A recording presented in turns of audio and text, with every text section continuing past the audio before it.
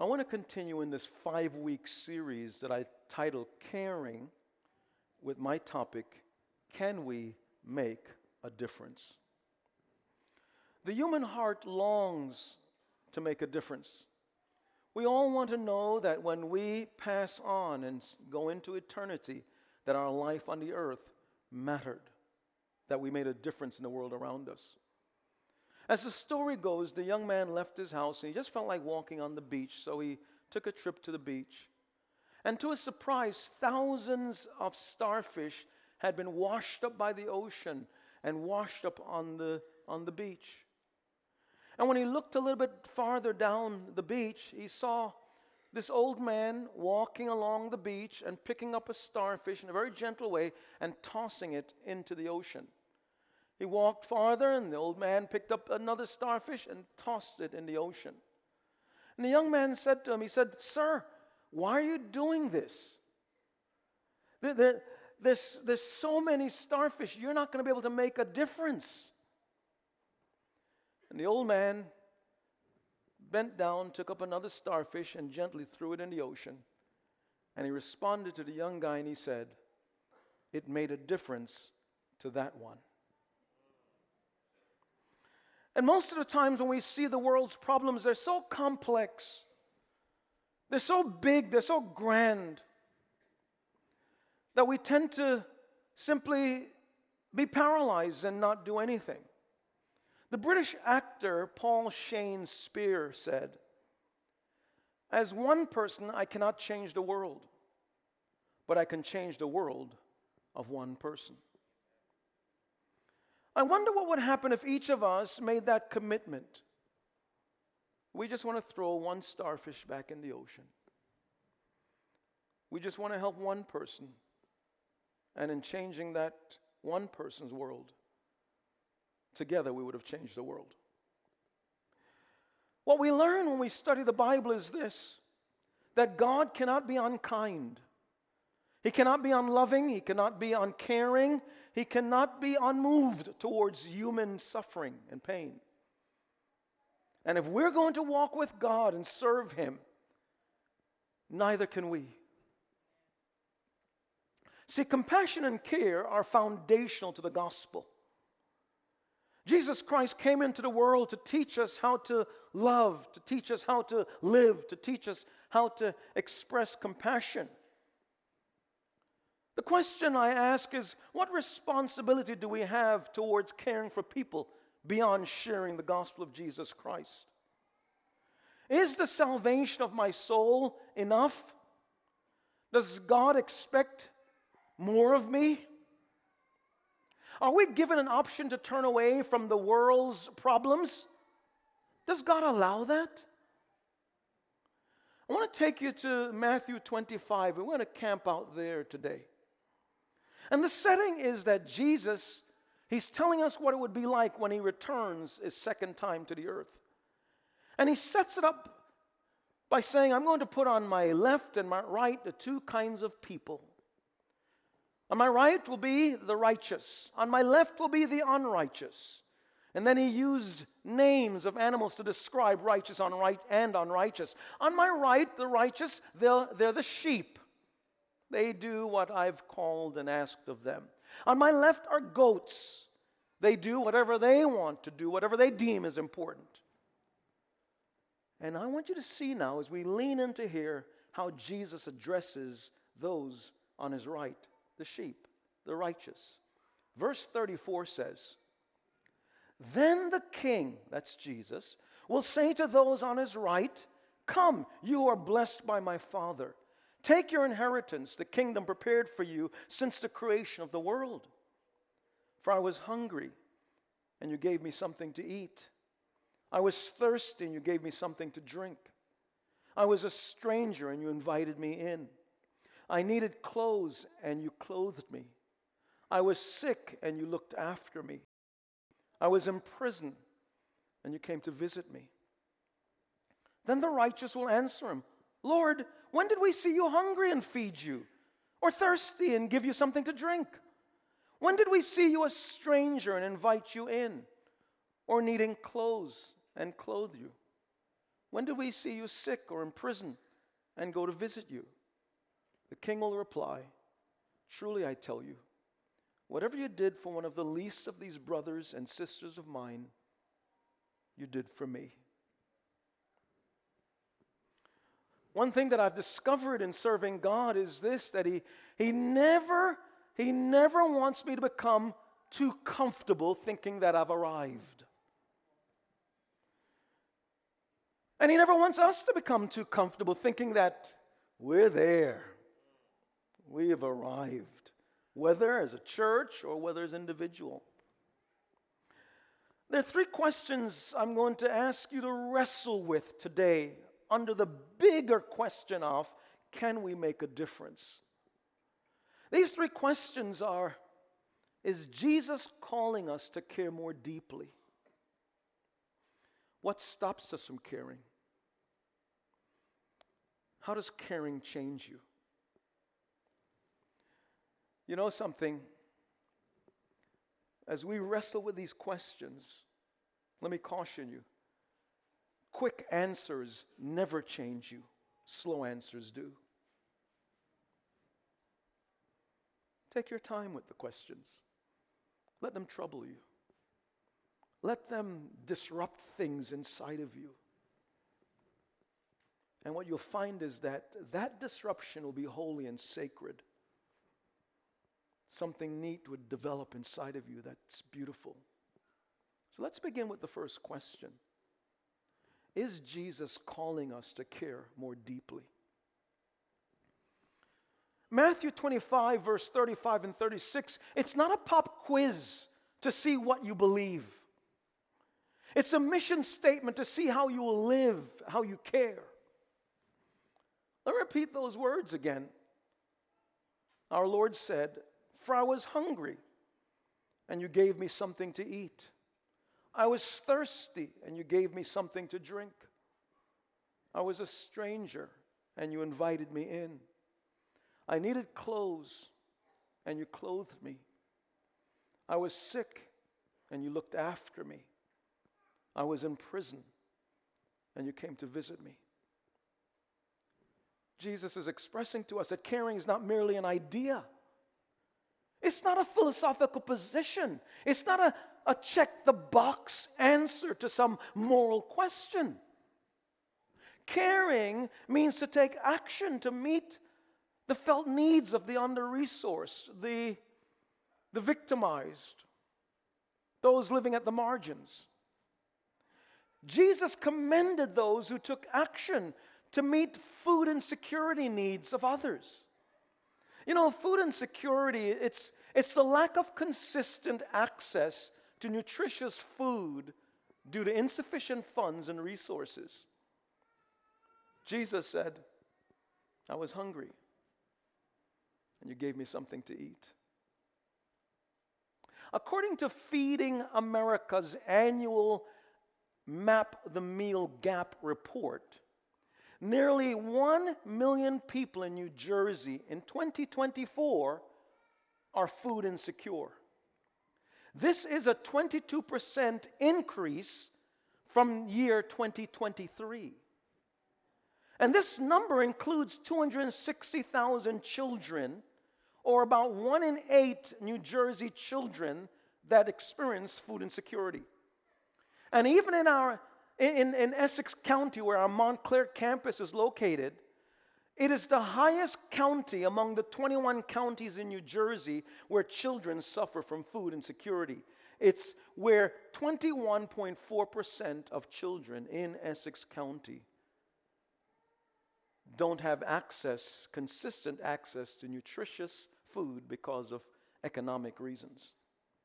Jesus, I believe He's calling us as we say, let's go through and build this care center and renovate this space and expand our care across the state of New Jersey, not only in a physical location, but in a virtual way and in partnerships that's strategic. I believe that He's calling us to let our care expand. Why? Because He's placing a calling on each of our lives to care more deeply.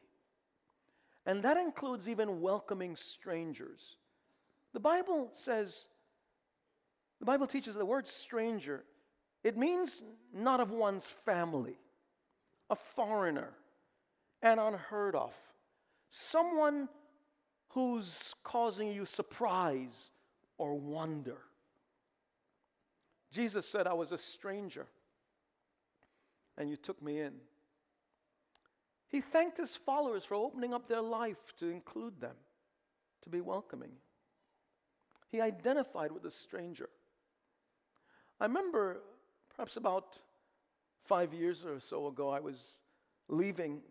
I just finished the sermon of one of the services, and I'm going into the pastoral suite to catch my breath, to get a drink of water. And there's this gentleman, he's walking towards me. He's walking towards me in a hasty way. And as he gets closer, you can see his eyes are filled with tears. And when he speaks, he has an accent. And you can tell he's from one of the South American countries. And he said, Pastor, he said, my family and I, we're undocumented immigrants, but Christ Church has been our home. And we want to get involved. We want to use our gifts and serve. But we've not gone through some of the formal stuff because we're very apprehensive about putting our names down on things. And we tried to get involved to serve, but those particular leaders, they didn't give us the access because of our lack of going through all the checkpoints. But I came to you because you also are an immigrant, and I know you'll be empathetic towards us. Now, for you who may not know, I came over to this country when I was 8 years old from Jamaica. And at this time when he asked me, I was in my 50s. And when I came to this country, I felt so like a fish out of water. Everything was big and grand. I'd never seen snow before, never seen so many people before, never flew on an airplane before. Everything was first. And I felt so overwhelmed, all these experiences and feelings and emotions. And I'm sitting there as this little kid feeling like, man, how am I going to function? And instantly when this man said, Pastor, I'm approaching you because you too are an immigrant, you'll understand. I didn't know what was going to happen. Instantly I broke down, I started weeping. Somehow his statement had brought me right back to where I was 8 years old again. And I felt so out of place. I was a stranger again. And I made sure that we got him involved and his family got involved because I was able to work through the red tape and make sure those red tapes was erased so that we can fulfill what Jesus says. I was a stranger and you welcomed me. And there's something about this calling to when he calls us to care more deeply. Something goes on inside of us that's disruptive. I didn't know I was going to be emotional. Forgive me.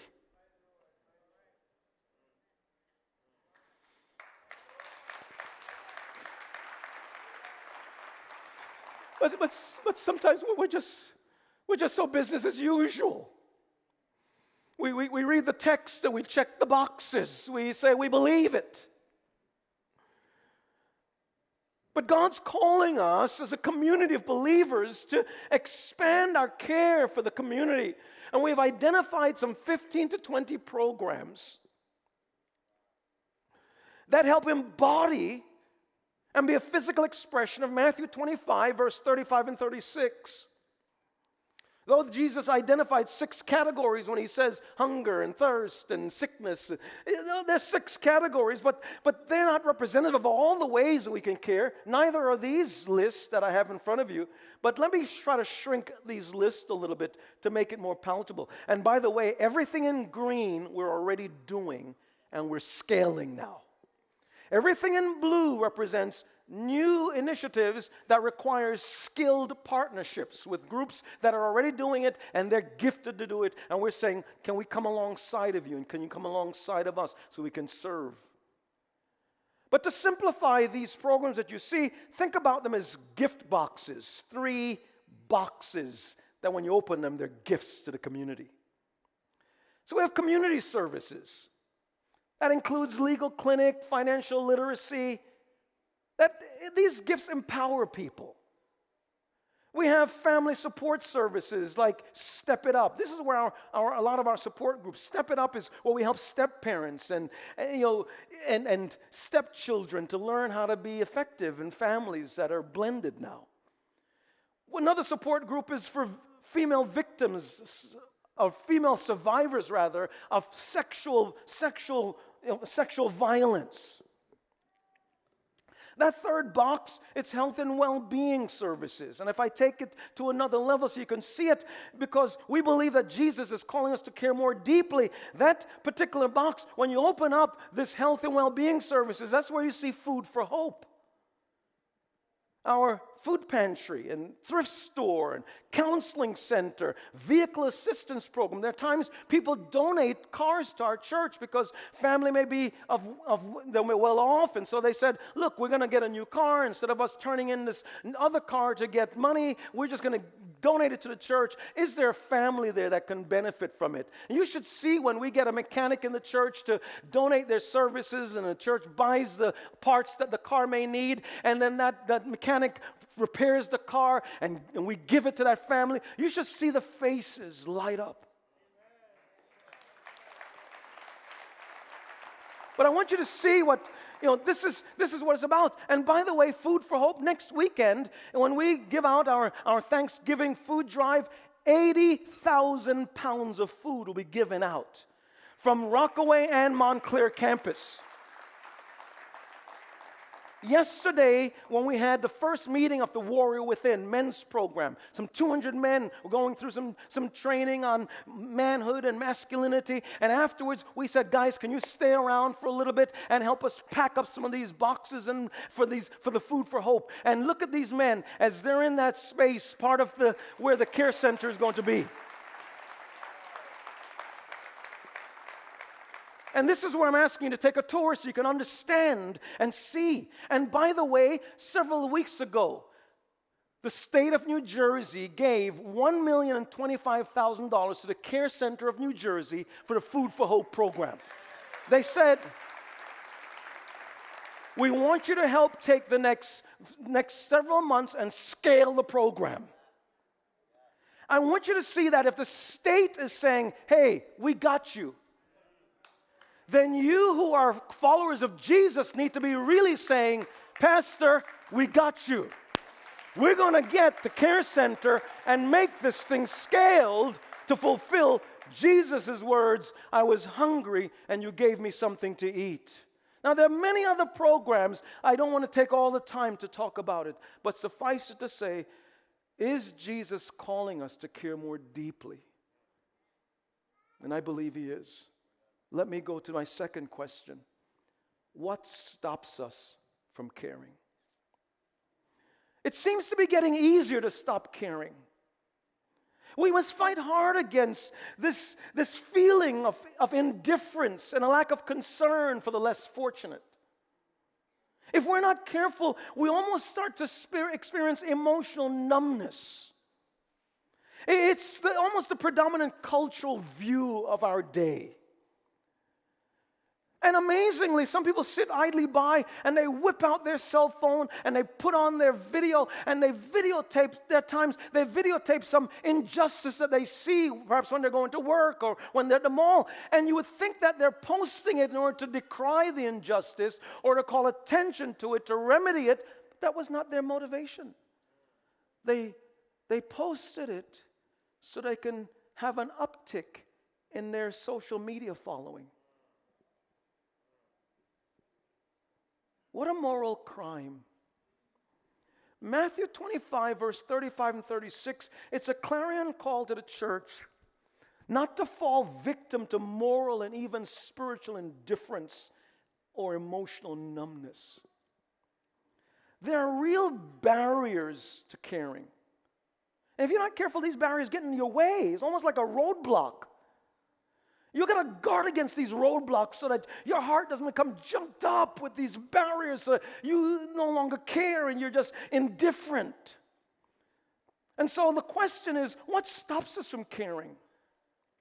Cynicism stops us. This sarcastic, jaded, cynical perspective grows in the human heart that lies unprotected. That's why we need to have a daily time with Jesus, inspecting our hearts so we don't become cynical.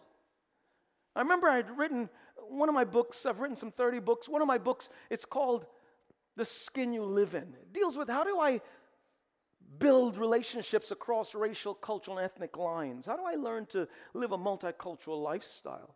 And so I was being interviewed on this radio program, and after I gave a spiel, the host asked me questions about the book, and then he said, "Hey, Dr. Island, I'd like to bring in now the audience live and have them ask you questions." I said, "Fine, go for it." First caller comes on. The guy says, "Dr. Island, what's your agenda?" I said, "What do you mean, what's my agenda? I just want to teach people how to love people that are different than themselves. What do you mean, what's my agenda? Well, what am I trying to do that's wrong and that's jaded and some nefarious motivation? What do you mean?"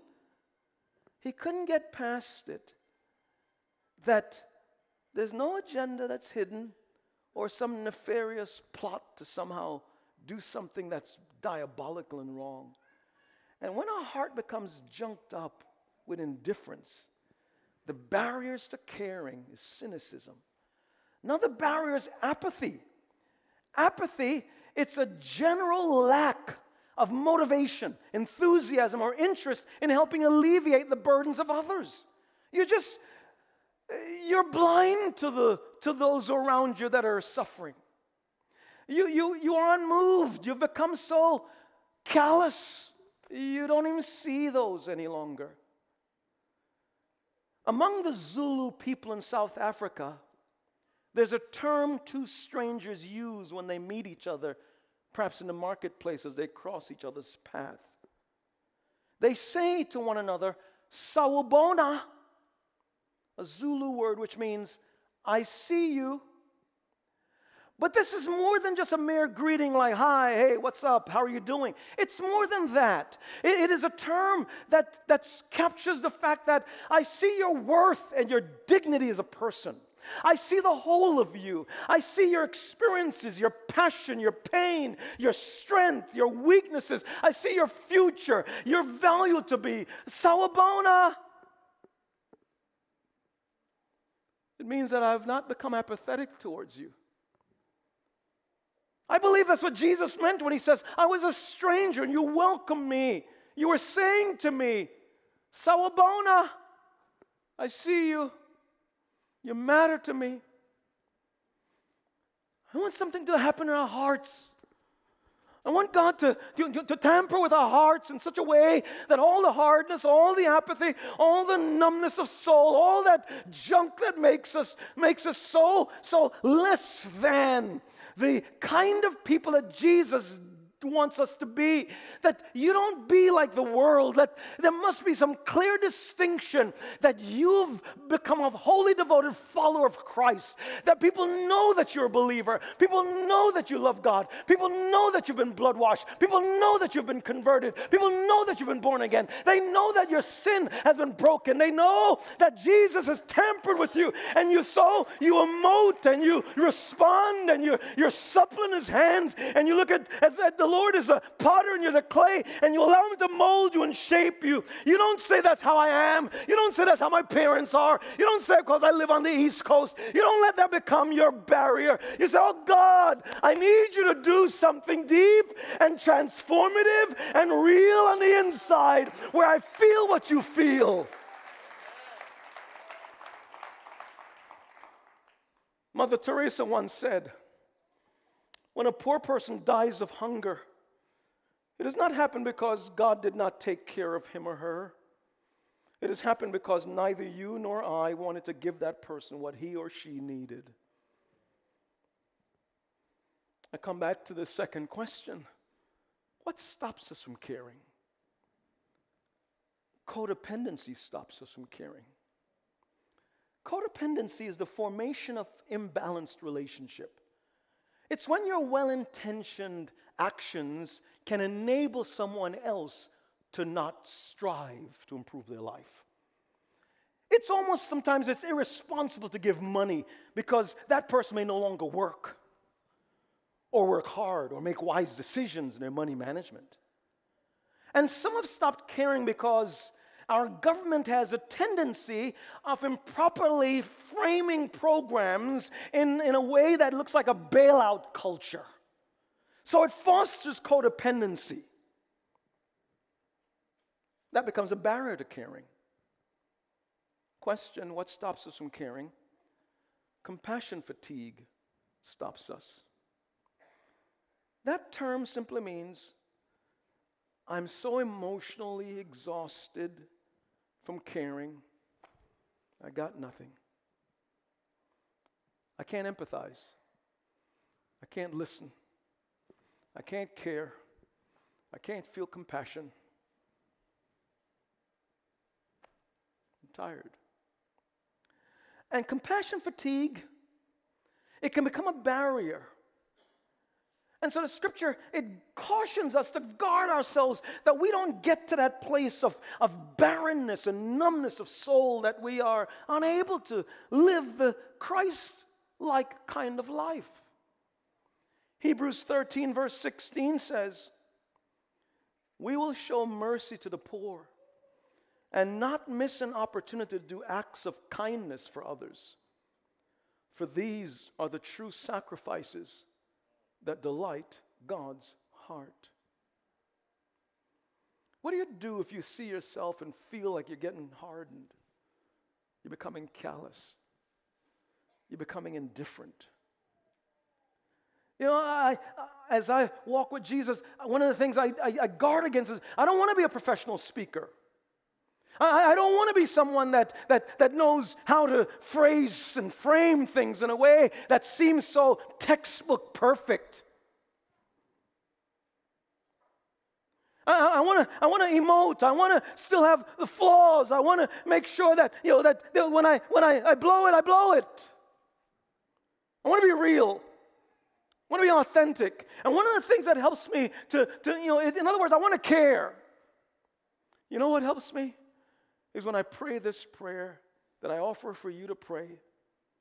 God, break my heart with the things that break yours. God, the things that get to you, let them get to me. God, the things that bothers you, let them bother me. God, the things that get you so fired up that injustice and unkindness and a lack of sharing of resources to the under-resourced and to those living on the margins. God, help me to be bothered by them. Help me not to pass by those whom I can help and I feel indifferent towards them. I feel that I am unmoved towards human suffering. God, don't let me get to the place where I become hard. It doesn't look like Jesus. It doesn't exemplify who Christ is. It doesn't witness to his transforming effect on me and on you and on us. We can't let that happen to us. We must make sure that our hearts are guarded against the feelings of not caring.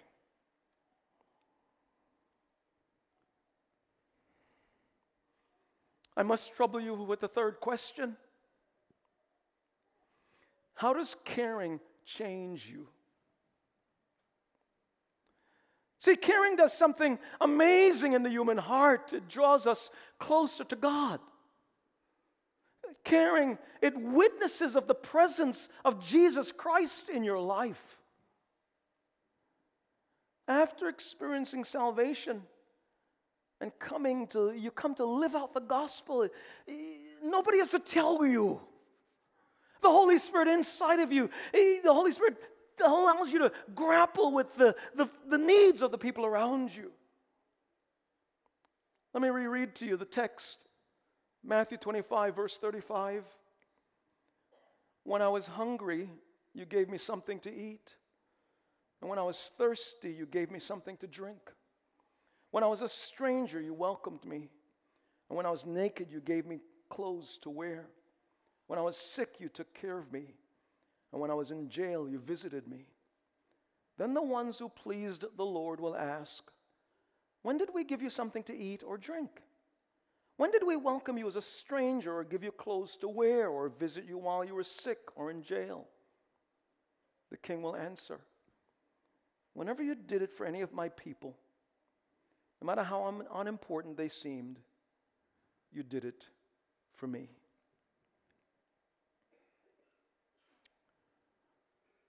See, true religion requires consistent expression of compassion towards widows, orphans, and the poor.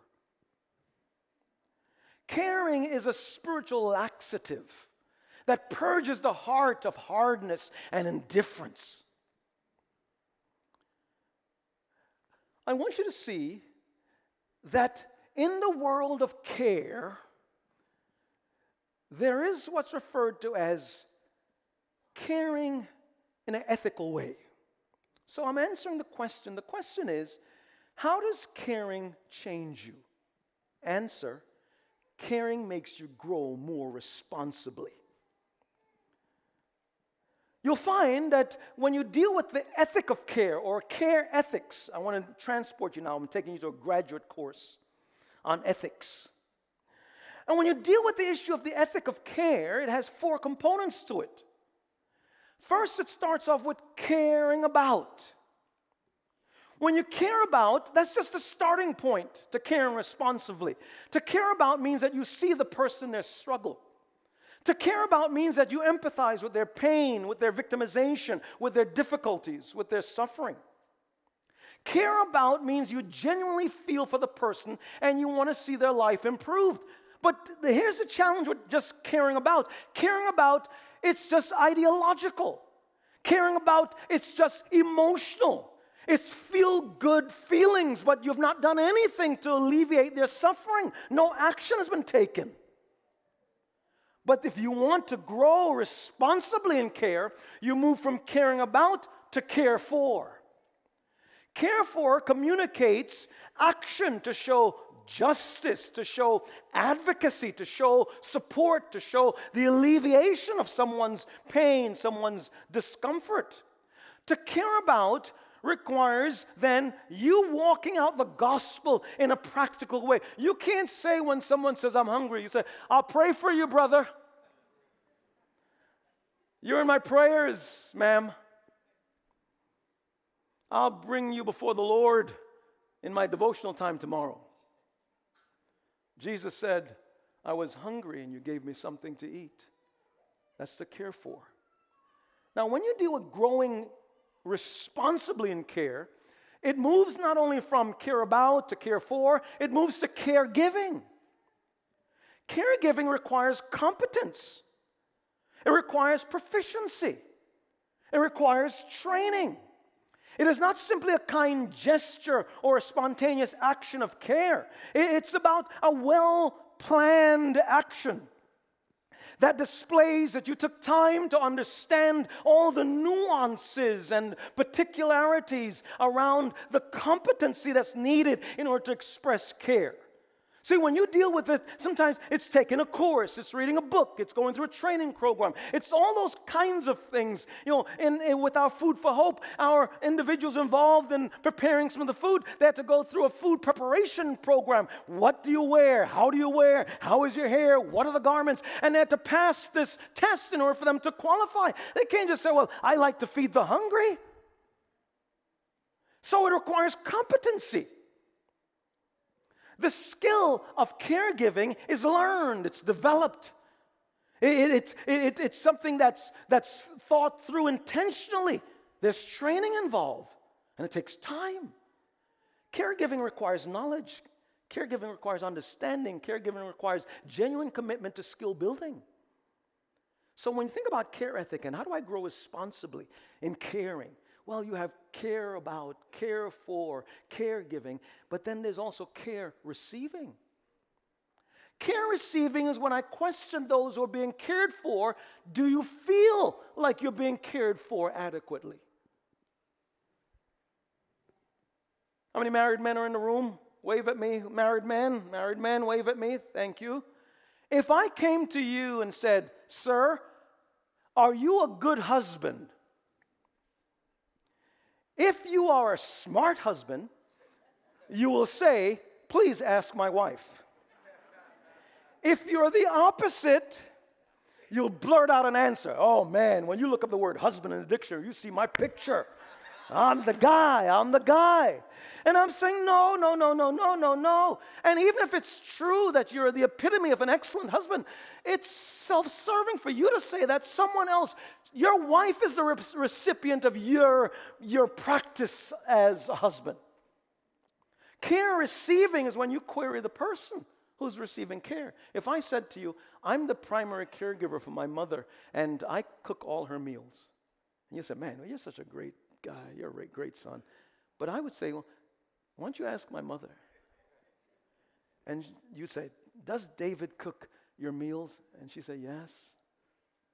And then you're ready to walk away. She said, wait a minute. He puts the plate on the floor, and I feel like a dog. I don't feel good about myself when it's mealtime.